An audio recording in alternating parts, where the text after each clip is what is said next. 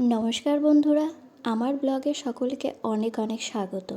আজ হলো রবিবার সকালটাই দেখুন বৃষ্টি ভেজা, স্বস্তিও লাগছে। প্রচণ্ড হারে বৃষ্টি হচ্ছিল, তখনকারই একটা ক্লিপ।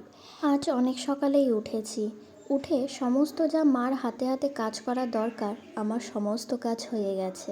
তারপর স্নান করে দেখুন ঠাকুর ঘরে চলে এসেছি, ঠাকুরকে পুজো দেওয়াও আমার হয়ে গেছে। আজ হচ্ছে আমার পরীক্ষার ডেট, পরীক্ষা দিতে যাব, স্যারের বাড়িতেই যাব চাকদায়। এই যে আমার পুজো দেওয়া হয়ে গেছে, প্রায় ঘড়ির কাঁটা ছুঁই ছুঁই একদম। ওইদিকে দেখুন 2টো প্রায় বাজতে যায়, 2:20 ট্রেন। ওখান থেকে মা ডাকছিল, আমি বললাম যে না, হয়ে এসছে আমার, তুমি আমাকে খেতে দিয়ে দাও। এই যে এখান থেকে চুলটা সবে বৃষ্টির দিনে আমার চুলটা এতটা নোংরা হয়েছিল, না ধুলেই হচ্ছিল না। কী আর করব, যাই হোক। এই যে চুল ঠুল পরিষ্কার করে রেডি হয়ে নিচ্ছি। আর এই যে শোকেসের উপরে দেখতে পাচ্ছেন, ফুলদানির উপরে ওই যে সতীমার বাইরে থেকে কতগুলো কিনে এনেছিলাম না স্টিকগুলো, সেই স্টিকগুলো উপরটা সাজিয়ে উঠেছি। এখনও তো কিছু সাজানো হয়নি।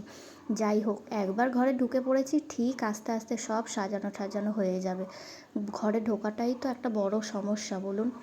যাই হোক, বৃষ্টির আগে তো ঢুকে পড়েছি, এইটাই একটা খুব বড় স্বস্তি।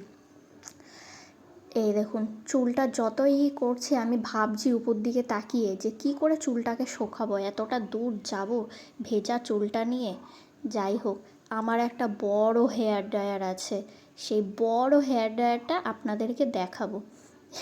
এই যে দেখুন মুখটারও হাল খুব বেহাল হয়ে গেছে, গরমে কতগুলো গরম গোটা উঠেছে। পাক্কা 2টো বাজতে যায়। এই যে হেয়ার ড্রায়ারের কথা বলছিলাম না, দেখুন আমার হেয়ার ড্রায়ার। আপনাদেরও কি আছে এরকম বড় হেয়ার ড্রায়ার? এর থেকে স্বস্তির আর কিছু নেই। 15 মিনিটে চুল একদম ঝরঝরে শুকিয়ে যাবে। তাড়াতাড়ির মধ্যে মা আলু ভাতে করেছিল, আর হচ্ছে আমড়া দিয়ে টক ডাল করেছিল। এই খেয়েই একদম চলে আসলাম আমার ঘরে। ব্যাগটা এবার গুটিয়ে নেব। মা ওদিক থেকে জল একটা নতুন বোতলে দিয়ে দিয়েছিল, আর এদিকে ব্যাগের মধ্যে দেখছিলাম যে অ্যাডমিট কার্ড কী আছে না আছে সমস্ত একটু গুটিয়ে টুটিয়ে নিচ্ছিলাম।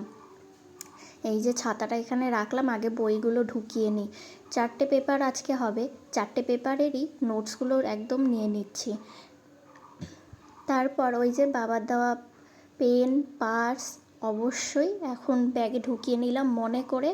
তারপর লকারটা খুলছিলাম, কি একটা খুঁজছিলাম যেন।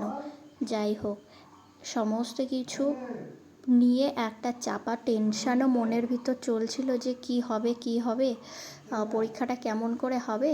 ও লকারের ভিতরে না ছিল হচ্ছে অ্যাডমিট কার্ড, আর হচ্ছে ওখানকার এসএলএম কপিটা।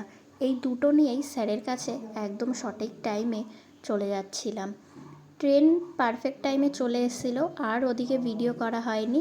স্যারের বাড়ি যাওয়ার পথে দেখুন এইখানেও যা মুষলধারা বৃষ্টি হয়েছে, ভেজা রাস্তা, এরকমভাবে চলে গেলাম। আজকের ব্লগটি এখানেই শেষ।